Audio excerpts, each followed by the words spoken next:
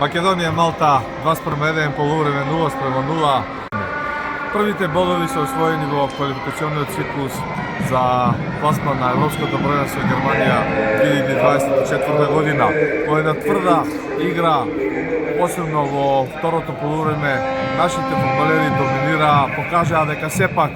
за нијанса, а може би повеќе се подобри од Малта, и успеа да постигнат 2 голови, да примат само еден, и во една таква конотација во односот на силите сепак стигнавме до трите бодови кои се мощни, важни и мощни неопходни на стартот на овој квалификационен циклус. Сето она што се случуваше на фудбалската арена Тодор Проевски се случуваше во вторите 45 минути, кога навистина и публиката која овој пат беше исто така во завиден број, на известни моменти уживаше во она што го прикажа нашите фудбалски репрезентативци.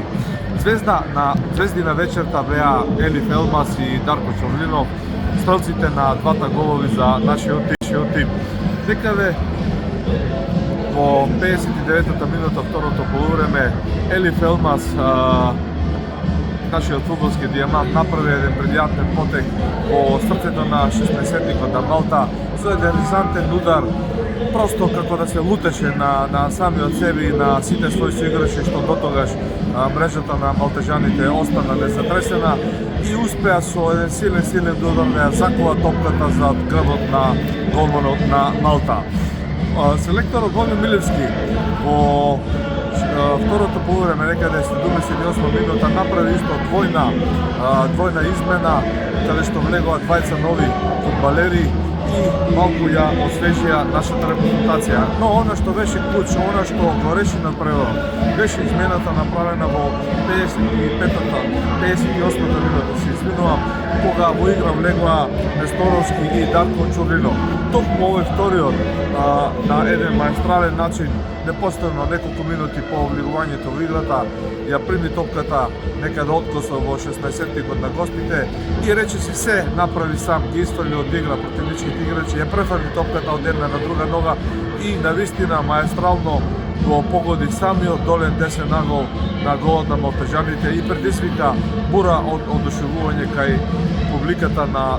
арената Тодор Проевски. Тоа веќе сигнализираше дека Македонија почнува полека да чекори таму каде што сите предвидуваме и посекуваме. Иако самите настани до крајот на надпреварот не го нудеа тоа и не го видуваа тоа. Последните 10 минути, тежиштето на играта, исто онака како што селекторот Боби Милевски успеа да го направи со двојните измени на Несторовски и Чорлинов, овој пат селекторот на Малта успеа во последните 5-6 минути, дури кога нивниот голман тргна во напад, да се бори и да успее да настојува да стигне до некој поволен резултат. Некаде 85-та минута по една акција која не ветуваше нешто повеќе, одбранените фудбалери на Македонија, нашите момчиња испопаѓаа како кегли на билјардски стол во сопствениот 16-тик, дури и голманот не се снајде најдобро, така што буквално речено и подаривме гол на Малта, кој на тој начин ново влезение од Јамкам, кој влезе во игра непостојано 2-3 минути пред тоа, успеа да ја турне топката од 3-4 метри во празната мрежа. Малта намали на 1:2 и по овој резултат некако играта се вжешти, малку и публиката повеќе се разбуди, а сето тоа резултираше со една бурна реакција на нашиот селектор Благоја Милевски, кој некаде 90-та минута доби енергичен црвен картон од судијата од Естонија Христо Тојвер. Кога сме веќе кај судијата, кај естонецот, кој на овој надпревар би рекол судеше и коректно, иако имаше известни грешки, и тој имаше свое шоу во второто полувреме, кога не успеа да ја извади целата ситуација и кога прво покажа на белата точка откако Миловски беше соборен според оно што го видовме од трибините, од новинарската ложа, и првиот печатот беше тој, се израдувавме на покажаниот пенал за македонската фудбалска репрезентација. Меѓутоа, естонскиот арбитар се повлече, му сигнализира од вар собата и